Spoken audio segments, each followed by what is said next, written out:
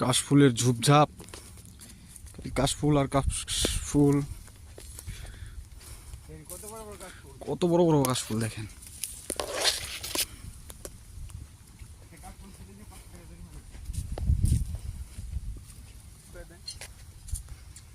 আবার আমাদের ইয়াকুব বলতেছে কাশফুল ছিলে নাকি 500 টাকা জরিমানা।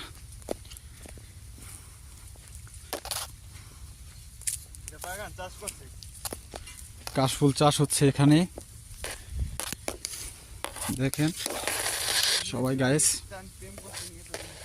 প্রেম করার সেরকম একটা জায়গা। এসব জায়গা যদি আপনার ঢাকার দিকে হতো কি হতো আপনারা তো বুঝতেই পারতাছেন।